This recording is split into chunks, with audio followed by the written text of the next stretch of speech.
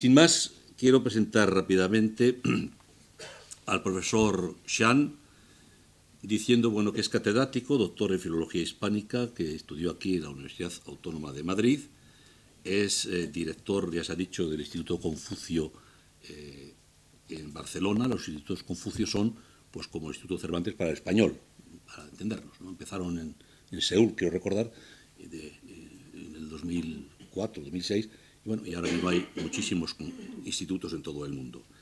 Hizo su doctorado de Filología Hispánica entre el año 88 y 92, también aquí en la Autónoma. Es máster en la Universidad en Lenguas Extranjeras de Pekín.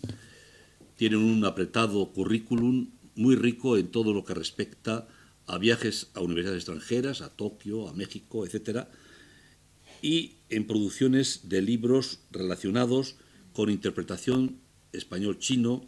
Ha escrito una antología de la literatura hispanoamericana, 101 cuentos clásicos de la dinastía Qin, temas o libros sobre el horóscopo chino, libros de traducciones diversas, pues por ejemplo las propias analectas de Confucio, los 300 poemas de la dinastía Tang, los suicidas de Guyana, e hizo su tesis doctoral sobre un tema de literatura hispanoamericana, Manuel Rojas y la novela contemporánea hispanoamericana. Yo le agradezco y le felicito que diga usted hispanoamericana, porque no es frecuente y es importante decir hispanoamericana, mejor que latinoamericana o iberoamericana. La terminología en este caso creo que es importante y no está mal que reivindiquemos nuestra historia siempre que podamos. Yo en este caso quiero aprovechar para hacerlo. Autor, presente en muchísimas conferencias que no voy aquí a insistir, y hoy nos va a hablar sobre todo, como digo, de esos rasgos diferenciales, en lo que le pidió el profesor Tamames, rasgos diferenciales de China, es decir, ¿qué caracteriza a los chinos? Esto es importantísimo. El Instituto de Humanidades puso en marcha hace 6 años un máster de estudios asiáticos que continuamos hoy en nuestro observatorio de estudios asiáticos que lidera el profesor De Basa, en el cual pretendíamos sobre todo explicar a la gente, mire usted, qué es lo que hay que saber básicamente para cuando uno va a China poder hacer negocios, poder entenderse bien, porque claro, no son igual que nosotros y hay que conocer cómo son y cómo funcionan. Es decir, hay que atender que cuando se da una visita, una tarjeta de visita no se puede dar como nosotros y no mirarla. Ellos tienen su liturgia, su solemnidad, y eso es importante conocerlo. Hay que saber que el confucianismo, qué es, cómo funciona y cómo hoy sigue funcionando. Bien, de todo ello, mejor que nadie, obviamente, nos va a dar una lección el profesor, al cual yo quiero agradecer su presencia aquí, profesor Chan, y también invitarle, pero cuando lo desee, en la Universidad de Juan Carlos, que muy gustosos estaremos atentos a sus explicaciones. El profesor Shiru Chan, en nombre de don Luis Palacios, tiene la palabra. Buenas tardes. Muchísimas gracias. Yo he venido a aprender y he aprendido muchísimo de la introducción del profesor Palacio. La verdad que hay fotos que me parecen fabulosas, algunas fotos, y también las menciones de muchas cosas. En fin, muy, muy interesante y muchísimas gracias. Muchas gracias a ustedes. Es un honor y placer estar con ustedes compartiendo unos minutos, ofrecer algunos criterios, algunas ideas mías. He preparado muchas fotos, quiero que vean muchas fotos, etc. Voy a empezar, voy a controlarme para no pasar los 40 minutos. Un segundo. Sí. Vale. Al hablar del encuentro de dos culturas milenarias, yo quería empezar mencionando una cosa muy, muy interesante, que es España, que es la potencia de España. Porque mucha gente en este momento está hablando de China, superpotencia, etcétera, etcétera. Y los chinos, la verdad que no conocemos tan bien España. Y sobre todo no se conoce tan bien la potencialidad de este gran país. Cuando vienen chinos aquí en España, yo les digo, España es una potencia mundial. Y la gente se sorprende, ¿sí? Pero en China oí hablar de que España hace unos años era la 8ª potencia mundial y ahora ha bajado un poquito el grado. No es la 8ª, es la 10ª. Pero de cualquier modo, España, con la población de menos de medio millón de habitantes, de medio millón de kilómetros cuadrados, es una potencia mundial. Tiene la superficie de una provincia de China, menos población de una provincia de China, pero es una potencia mundial. Cuando esto se los digo a las autoridades, a los chinos, a los empresarios, delegaciones, etc., esa gente se sorprende, claro, pero tiene que saber que están en España, está en crisis, es verdad, pero España no deja de ser una potencia mundial. 10ª potencia mundial, inversor mundial, segundo inversor en Hispanoamérica, segundo país receptor de turismo, segundo país en ingresos de turismo, principal productor y exportador de vino y aceite de oliva, potencia, energía renovable, desalación, bioetanol, potencia en la banca, en telefonía, en muchas cosas. Aquí tenemos unas cosas que ustedes conocen mucho mejor que yo. Entonces, el turismo. Y el turismo representa en este momento, si no me equivoco, más del 10% del PIB de China. Las marcas que tienen ustedes, el vino, los viñedos, el aceite, la cava, las marcas que tienen mundiales. Entonces, España, ¿qué tiene? Tiene muchísimo de verdad. Entonces, hablamos un poco de historia, esto lo conoce mucho mejor que yo, la pintura primitiva de Altamira. Entonces, todas las arquitecturas romanas, la arquitectura árabes que tienen ustedes en su territorio, el profesor Palacio ya habló de Colón, no voy a repetir. Lo que ofrece España al mundo es muchísimo, no solo son los tópicos del toro y el flamenco, sino mucho más. Tenemos la arquitectura, las bellezas arquitectónicas que tiene la Plaza Mayor. Yo estoy en ese momento en Barcelona, entonces todos los días paso por frente a este edificio monumental. La verdad que cada vez que paso ahí disfruto muchísimo. También otras casas de Gaudí, los acueductos, el Santiago, las construcciones de árabe. Hace poco tiempo estuve en Mérida. La verdad que sorprendido. No pensé encontrar tantos monumentos romanos, no pensé, la verdad que disfruté. Yo creo que entonces ahí dije, esto parece Roma, o más que Roma. La verdad que disfruté una barbaridad en Mérida. Pues para qué mencionar, porque ya es de conocimiento común, Cervantes y Don Quijote. La verdad que ya también está traducido al chino, muchas veces traducido. Uno de los mejores traductores de Quijote es un profesor que tenemos en la Facultad de Español, de Lenguas Extranjeras de Pekín. Es un profesor que tiene más de 70 años, 75 años, se llama profesor Dong, es un ídolo nuestro, porque traduce muchísimo, es una bellísima persona. Hay varias versiones, probablemente la versión más lograda es la de profesor Dong Yen-sen. Pues España tiene también muchísimo arte, muchísimo. Tienen los cantantes de primera línea del mundo, actores del cine, etcétera, también, y por qué no, la gastronomía. Muy bien, entonces España yo creo que es mucho más que el fútbol, aunque en ese momento el fútbol de España es muy, muy, muy conocido en China. La gente sabe de los jugadores del Real Madrid, del Barça, todos los jugadores, todos los partidos los ven, todos los jugadores lo saben, son muy, muy famosos. Incluso durante un tiempo Antonio Samarán, el difunto presidente del Comité Internacional Olímpico, era incluso, disculpen esta expresión, más famoso que el mismo rey de España, porque todos los chinos conocíamos a Antonio Samarán y le estamos muy agradecidos porque gracias a él y también gracias a otros factores, China pudo organizar los Juegos Olímpicos en el 2008 y Samarán era muy, muy conocido y sigue siendo muy conocido. Claro, España es cada vez mejor conocido, no solo por los toros, sino también por todo esto que las fotos que hemos visto juntos. España es más conocida y es más conocida en su sitio. Claro, yo creo que España merece un mejor conocimiento, un conocimiento más correcto. En China, Pues tienen ustedes realmente un gran país. Yo soy un gran admirador de España. Yo llevo en este viaje 2 años, estoy en Barcelona, pero antes había hecho estudios en Madrid. Estuve viviendo en Madrid 5 años, más de 5 años. Luego volví a China. Entonces en estos años estoy viajando un poquito, todos los años un poquito, y desde hace 2 años estoy en Barcelona, en la Fundación Instituto Confucio de Barcelona, que es como lo que ha dicho el profesor Palacio, es como un poco Cervantes de España.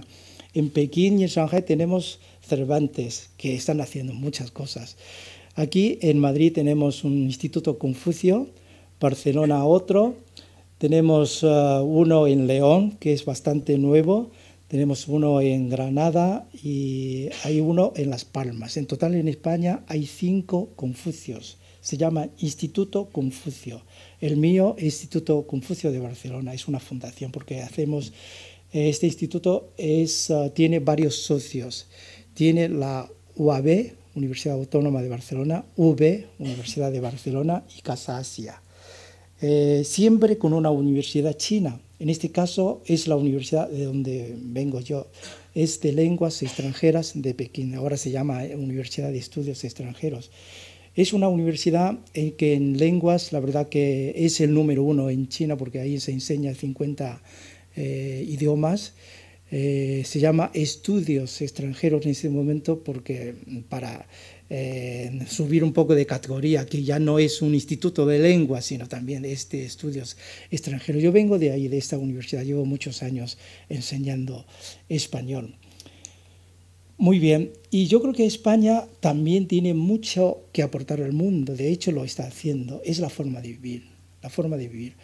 Yo la verdad que estoy sorprendido de la actitud de vida que tienen ustedes, la mayoría de los españoles.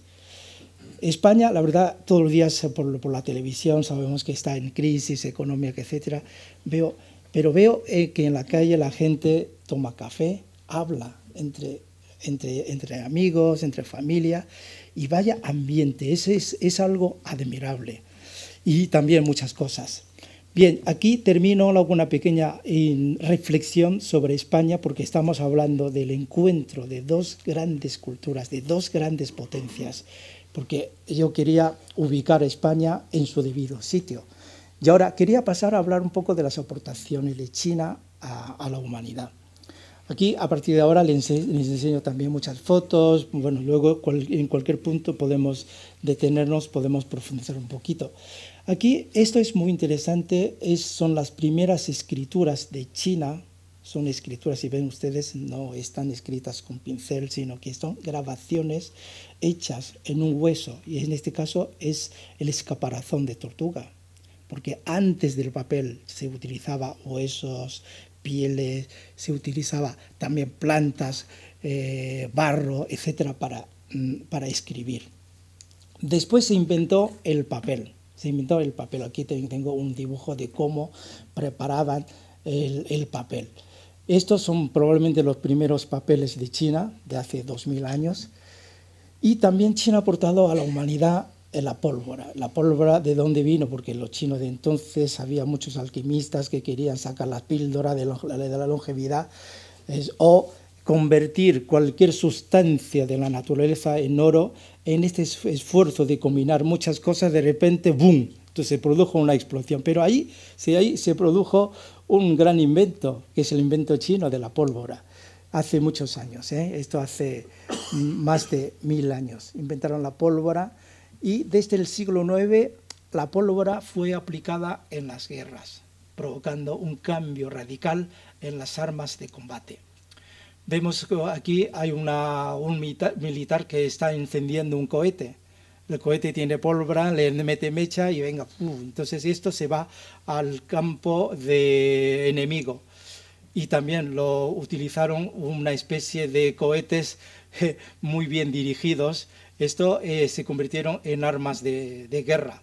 Y también la pirotécnica en este momento. Sé que en Valencia y en cuando hay grandes celebraciones, siempre hay algo de pirotecnia. Aparte de eso, la brújula, todo esto es de conocimiento común, pero las primeras brújulas del mundo no eran las brújulas que tenemos ahora, eran muy distintas. Ven ustedes como una cuchara que tiene el mango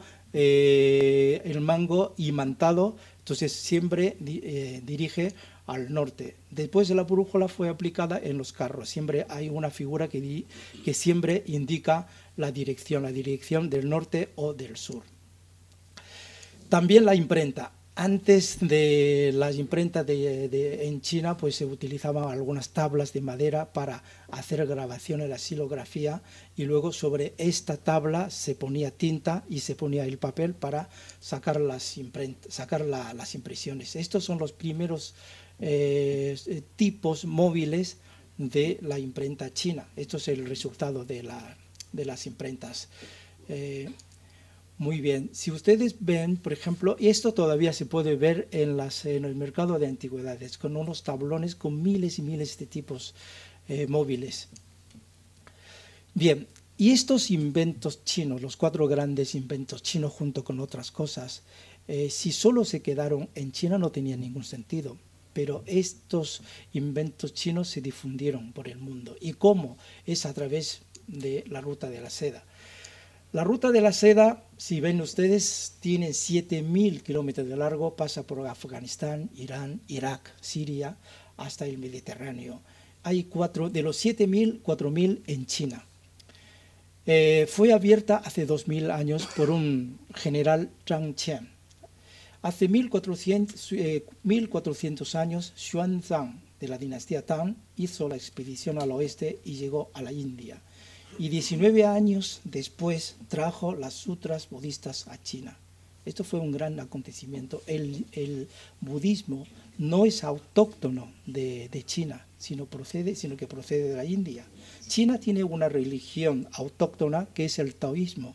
Tenemos 2 grandes religiones, el taoísmo y el budismo. Y el budismo no es autóctono de China, sino que procedió de la India. Pero en la India realmente tuvo su prosperidad, su auge, después decayó. En China, sin embargo, se asentó muy bien en China, y en China ha prosperado. Después de China ha ido a otros países, a Tailandia, ha ido al Japón, a Filipinas, etc.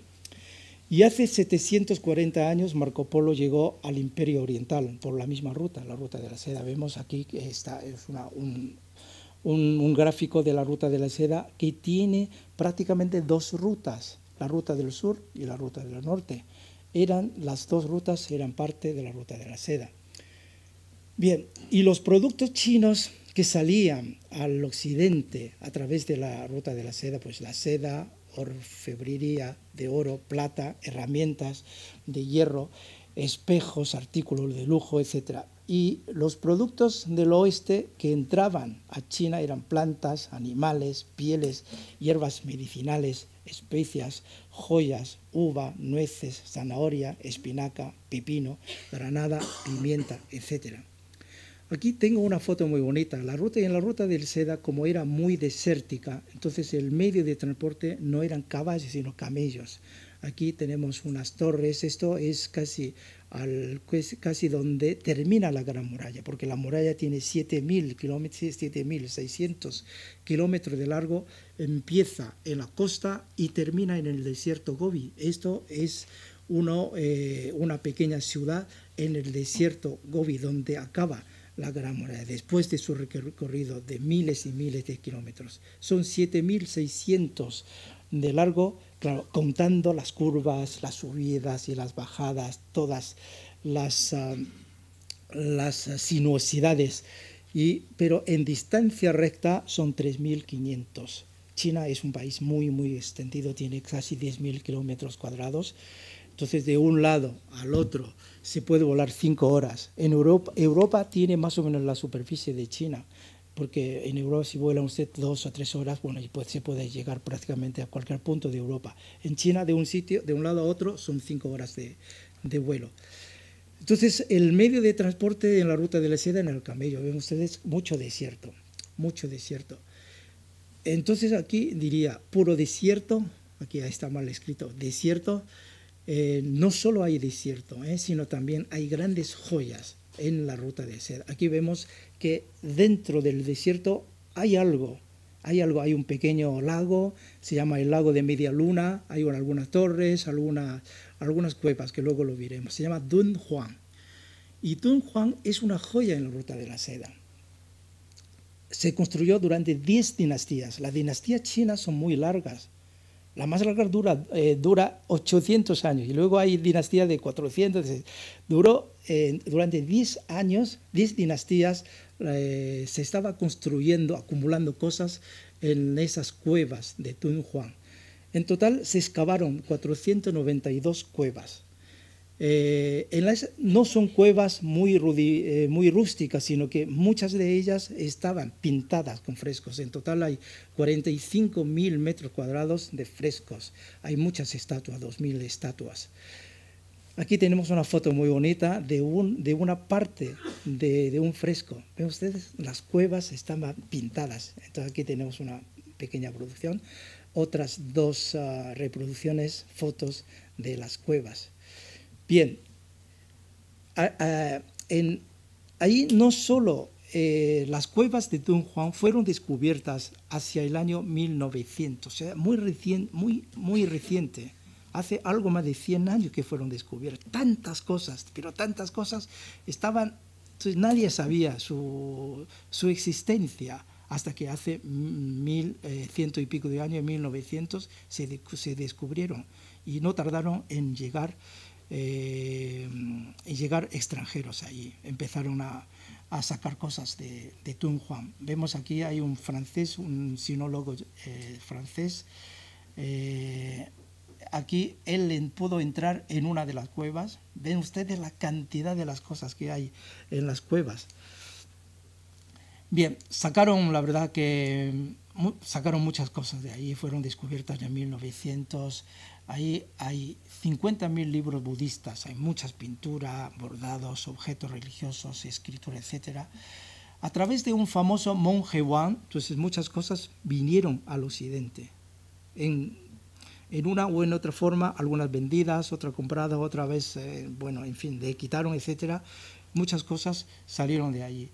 Había 2 personas que son famosas, uno es un húngaro, que sacaron 24 baúles de manuscritos, son 5 cajas de bordados y pintura en 1908.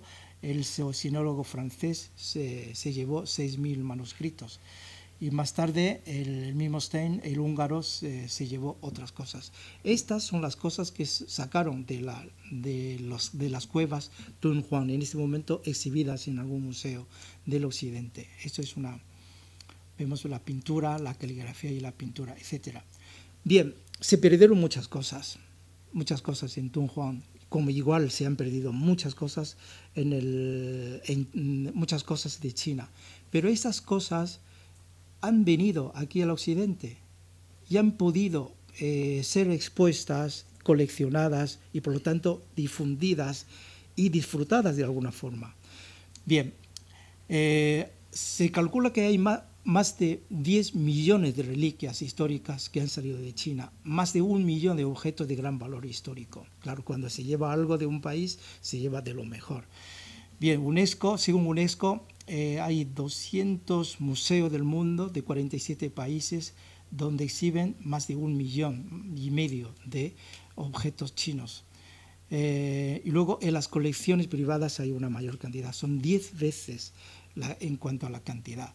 Pues están en Inglaterra, Francia, Estados Unidos, Japón, etc. A veces salen ahora arqueólogos chinos, gente de los grandes museos, como ahora tiene mucha pasta, tiene mucho dinero, quieren recuperar de las cosas, de las joyas artísticas de China. Entonces van a las subastas y compran las cosas de mucho valor histórico.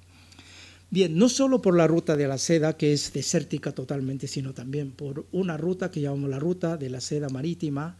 Entonces salieron cosas de China, la porcelana, la seda, etcétera, salieron de China por la ruta marítima también. Estas son las rutas marítimas que cogieron estas grandes expediciones. Llegaron incluso a África, a la costa del este de África. En total se hicieron 7 grandes travesías desde el año 1405, antes que Cristóbal Colón, porque Cristóbal Colón descubrió el Nuevo Mundo en 1492 y China había empezado las grandes expediciones marítimas antes. Bien, Colón llevó 3 barcos solo en su primera expedición, pero en una de las expediciones por la ruta marítima salieron en total 240 barcos, o sea que fueron expediciones masivas de muchísimos barcos, con más de 27.000 tripulantes. Bien, y hay un famoso chino que dirigió estas expediciones y él mismo falleció en el 7º viaje cuando regresaba a China.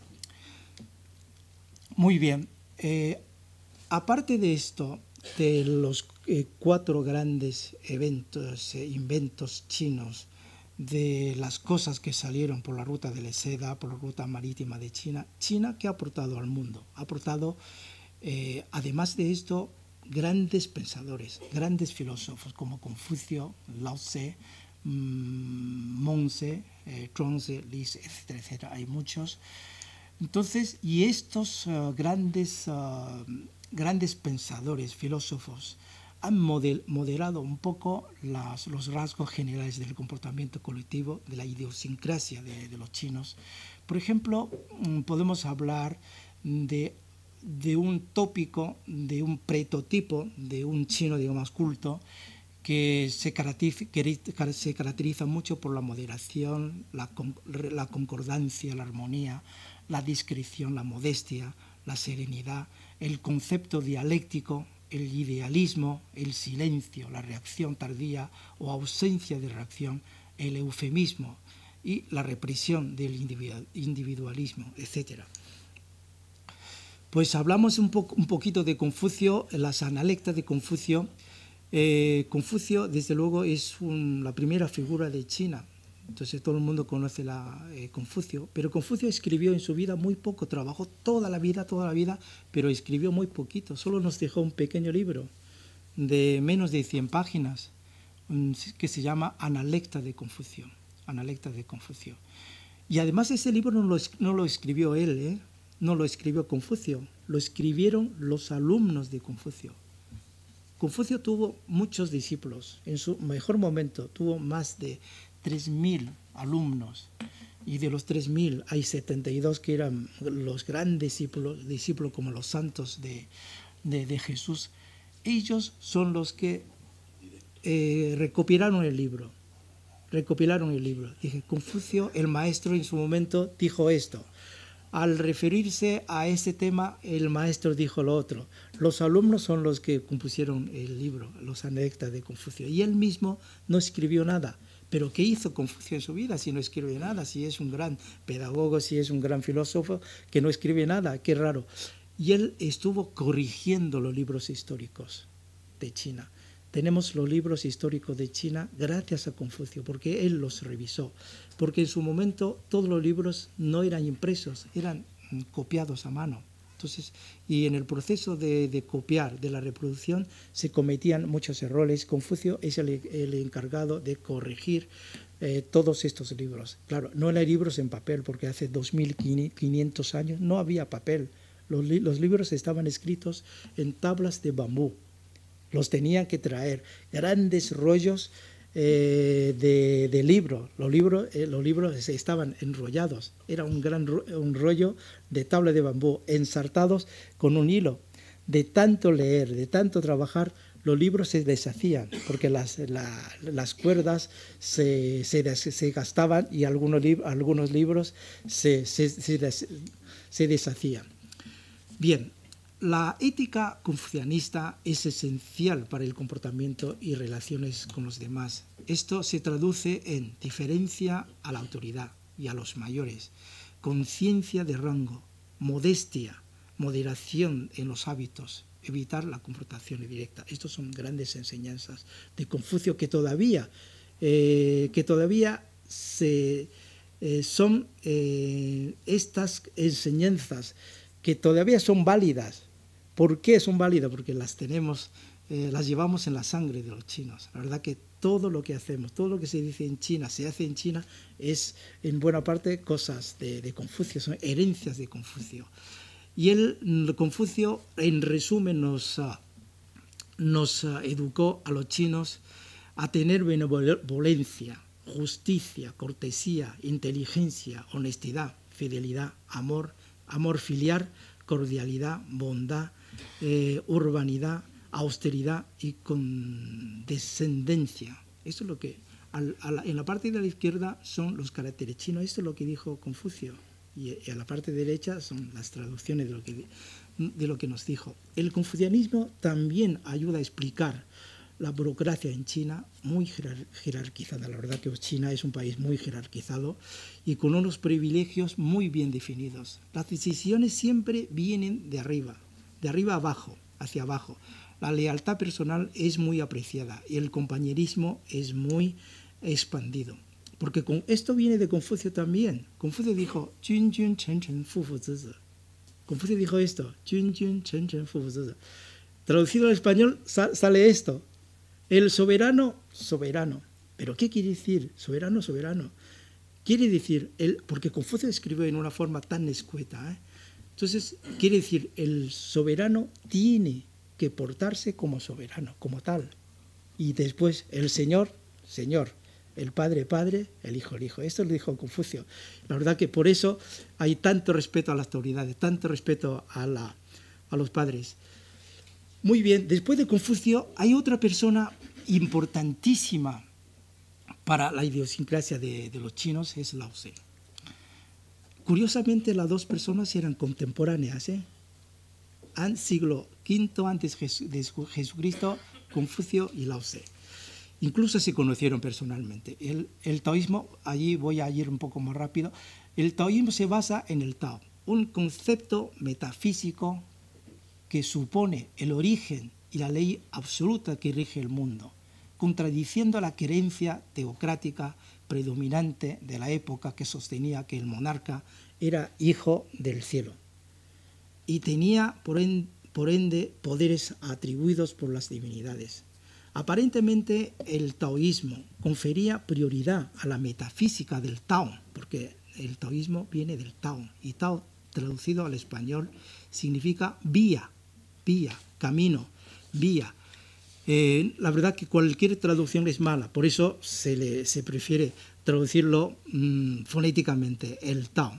El Tao en realidad se preocupaba más que nada por la esencia de la vida y la excelencia política, promoviendo la naturalidad, espontaneidad, tranquilidad, evasión, inactividad, sutileza y debilidad, cualidades consideradas como manifestaciones genuinas del Tao. Leo esto y acabo, luego lo paso más rápido. El taoísmo afirma que la mejor forma de gobernar es no hacer nada. Es hacer nada, no hacer nada. Esta es la mejor forma de gobernar, no hacer nada. Si usted es un director de una empresa, si entonces se trabaja demasiado, se preocupa demasiado, no está gobernando bien. Es el mejor director, mejor gobernador, el mejor presidente es el presidente que no hace nada, porque todo se canaliza por su propia vía. Y el mejor gobernante es el que se abstenga de intervenir para que las cosas se arreglen y se autorregulen siguiendo su curso natural. Con eso combate con energía las infamias universales de los que ostentaban el poder en defensa de los derechos humanos en su curso de desarrollo. Quiero decir que el taoísmo es una solución de la antítesis. Y eso es aportar un enfoque dialéctico para encarar los dilemas de la existencia humana, una actitud más filosófica frente a la serie de dicotomías, la gloria y la humillación, la pobreza y la riqueza, la superioridad y la inferioridad, la dureza y la flexibilidad, la prosperidad y la decadencia, la plenitud y la deficiencia, el dar y el recibir, la conquista y la concesión, etcétera, etcétera. Bien, aparte de Lao Tse y de Confucio, pues en español están traducidos otros libros de la literatura clásica, El arte de la guerra, el I Ching, que significa el libro de las mutaciones, el libro de cambios. Aquí paso a una foto muy bonita, porque una vez Mao en su vida dijo a un presidente americano, cuando en la reunión Mao le dijo: en China, ¿qué tenemos? Nosotros no tenemos nada más que un libro, una novela, El sueño en el pabellón rojo. Este es el libro que ya está traducido al español. Bien, esto es un poco a grandísimos rasgos las peculiaridades culturales de este país. Las diferencias están, por ejemplo, en la escritura y el habla, en las tradiciones, en manifestaciones culturales, el arte, pintura, música, la danza, la caligrafía, la ópera, la literatura, las artesanías, la arquitectura, la ropa, la decoración y muchas cosas. Muy bien, en colores también somos un poco distintos. En colores, por ejemplo, el color rojo a la derecha, en España el color rojo puede suponer la pasión, la tendencia comunista, pero en China el color rojo es el color de la felicidad, el sobre rojo y el sobre de que le da el jefe con la propina del año nuevo.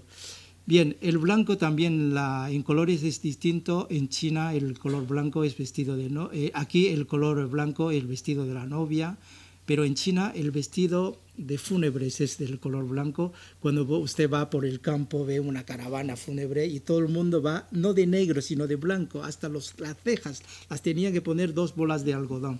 El blanco es el color de luto. Muy bien. También yo ya he dicho, aquí no voy a repetir, el eufemismo, la moderación, es una de las características de la cultura china. Aquí pasamos rápidamente a algunas fotos, ven ustedes las farmacias, aquí los cajones llevan las hierbas medicinales, aquí son 2 figuras de cera, el doctor y la paciente. También la acupuntura, tenemos más de 300 puntos en el cuerpo acupunturales. Estos son las antiguas agujas de la acupuntura. Aquí les quiero llamar a la atención, y esta es una raíz, el ginseng, que para los chinos es algo muy nutritivo, y le viene muy bien a la gente que después de una enfermedad, a la persona de inconvalescencia y también a la gente mayor. Y esto nadie sabrá qué es, hay que mirar en el centro, hay un pequeño brote de algo que al final es esto. Y esto es altamente nutritivo, es tónico, se llama el gusano del invierno y la hierba de primavera. Es algo muy nutritivo. Y esto solo los hay en la meseta de 5.000 metros sobre el nivel del mar, en Tíbet. En la arquitectura, la pintura, todo, y también la caligrafía. Quiere decir que ese es un país con muy distintos rasgos culturales. Bueno, voy terminando. Aquí vemos más fotos. Vemos que la caligrafía, no solo la caligrafía, sino también los sellos rojos, porque un calígrafo tiene que ser a la vez un buen grabador de sellos. Aquí nadie sabrá qué es. Esto es un espejo de bronce, un espejo. Por este lado nada, este lado solo son grabaciones, pero el otro lado es liso, pues está muy bien. Si es muy plano, brillante, pues puede reflejar la figura. Aquí vemos una bola de marfil que tiene muchas capas, en este caso tiene más de 40 capas, hay que trabajarla desde fuera.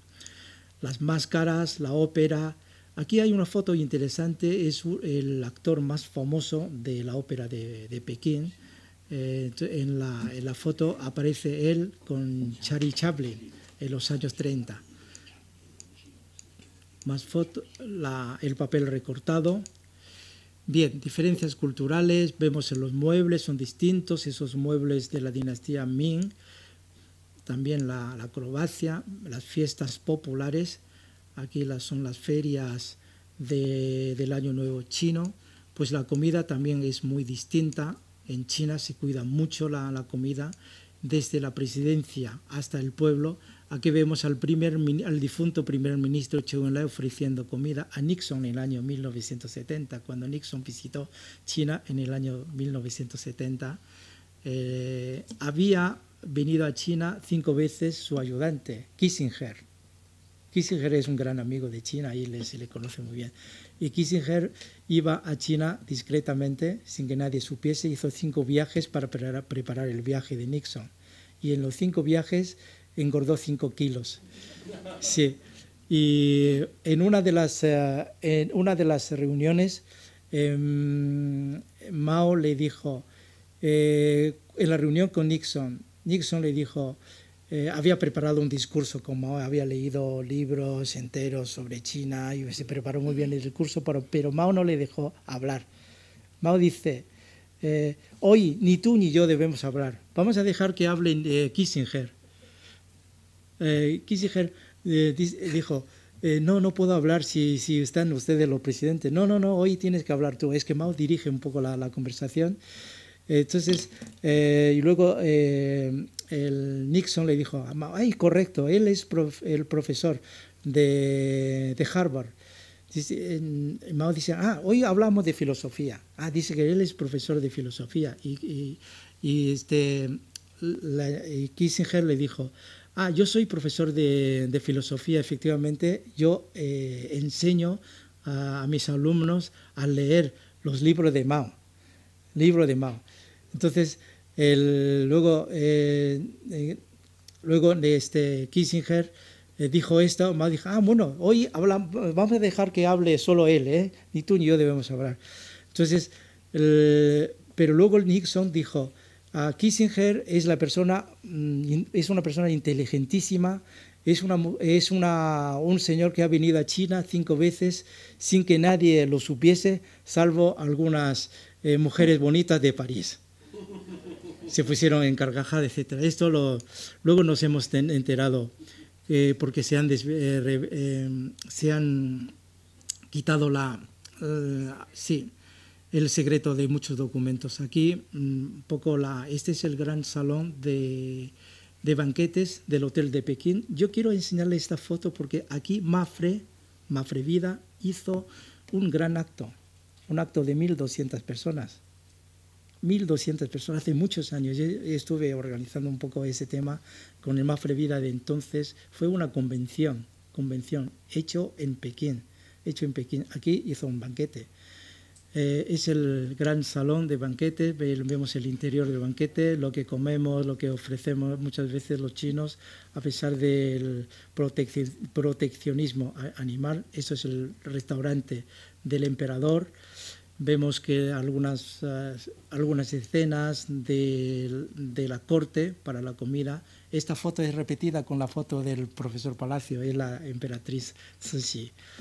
Bien, cuando come el emperador comía con cientos de platos, pero los chinos, las preocupaciones esenciales para un chino es la leña, el arroz, el aceite, la sal, la salsa de soja, vinagre y el té. Son las 7 cosas básicas, lo que comemos los chinos. Esto es un huevo de 1000 años, este huevo tiene 2 meses, no tiene 1000 años, pero ya está negro, ¿no? Parece que tiene. Esa es la comida del pueblo. Vemos que hay muchas empanadas, las empanadas están hechas del vapor, tienen relleno de carne o de verduras.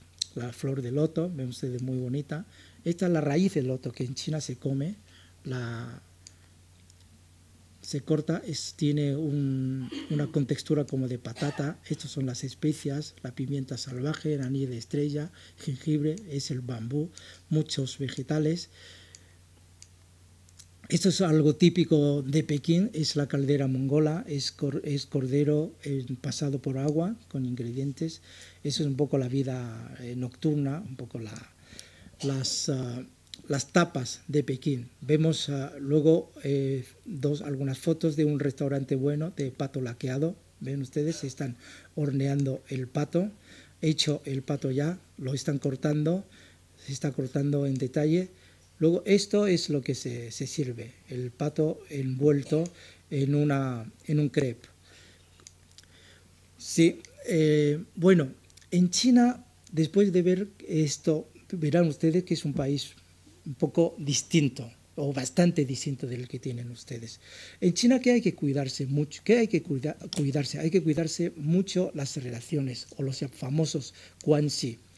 La amistad es muy, muy importante para hacer el negocio, para hacer cualquier cosa. Es siempre preferible tener cierta amistad con los chinos. Y la cortesía es muy, muy importante, no hay que portarse en una forma un poco tosca, hay que tratar de ser cortés. Las diferencias culturales. Los chinos generalmente somos muy hospitalarios y amables con los extranjeros. Para los que han estado en China ya lo saben. Admiramos los niveles de desarrollo tecnológico y de bienestar que han alcanzado ciertos países occidentales. Si usted muestra conocimiento de las costumbres del país, verá que nos sentimos muy complacidos. Sensibilidad a los títulos. En China, pues los títulos son muy importantes, la gente se dirige a los jefes siempre con mucha reverencia. Es un país muy jerarquizado. El protocolo es importante. A veces cuando entra el primero es el importante. El eufemismo también es importante. Cuando le dicen algo hay que sacar más o menos el auténtico sentido de lo que dice. Por ejemplo, cuando se dice el problema sin duda se resolverá. Y eso quiere decir que seguro, ya lo tiene. Pero no lo dice en una forma tajante. Se utilizan unas expresiones eufemísticas. Los regalos en China se regalan cosas muy prácticas. Aquí se regalan más corbatas, bolis, aquí se regalan cosas muy, muy prácticas. Pues claves para superar las diferencias culturales. Yo creo que hay que conocer el país. Hay que conocer el China. De hecho, está siendo cada vez mejor conocido. Ustedes tienen un gran conocimiento de China. Pues nunca está de más conocer un poco más de este país. Aquí, ya termino. Aquí les pongo una pequeña anécdota para decir por qué hay que conocer el país. Tuve una experiencia en el País Vasco cuando el gobernador de la provincia de Cantón visitó el País Vasco, tuvo una reunión con el Lehendakari del País Vasco. Entonces, el País Vasco tiene 4 provincias. Entonces, el que viene de China es gobernador de una provincia. Entonces la gente no le da importancia. Gobernador de una provincia, País Vasco, tenemos varias provincias, venga, ya está. Entonces cuando llegamos, la secretaria sale y dice, ustedes son la delegación de la provincia de Cantón, muy bien, venga. Ustedes esperen 5 minutos, ahora saldrá el Lehendakari. Cuando salga él, ustedes tienen que hacerse fila, entonces él sale, les saluda. Entonces los chinos ahí esperando, venga, cuando sale él se saluda, se sienta en la silla presidencial y los delegación al lado. Empiezan las presentaciones, etc. El Lehendakari dice que el País Vasco tiene 2 millones, cerca de 3 millones de habitantes, etcétera, etcétera. Y cuando le toca hablar al gobernador de Cantón, le dice, nuestra provincia no es muy grande, tenemos 70 millones de habitantes. Y dice, me mira a mí el traductor, ¿es correcto lo que ha dicho? Sí, tiene 70 millones. Bien, es un poco el desconocimiento, el desconocimiento. Por lo tanto, conocer un poquito más, a pesar de que ya se sabe mucho, pues la cortesía, la amistad, el humor, la observación, buenos consejos, respeto, cordialidad, antes de los negocios, las relaciones personales. Con esto ya acabo y muchísimas gracias y perdone si haya tardado más del tiempo que me ha asignado. Muchas gracias.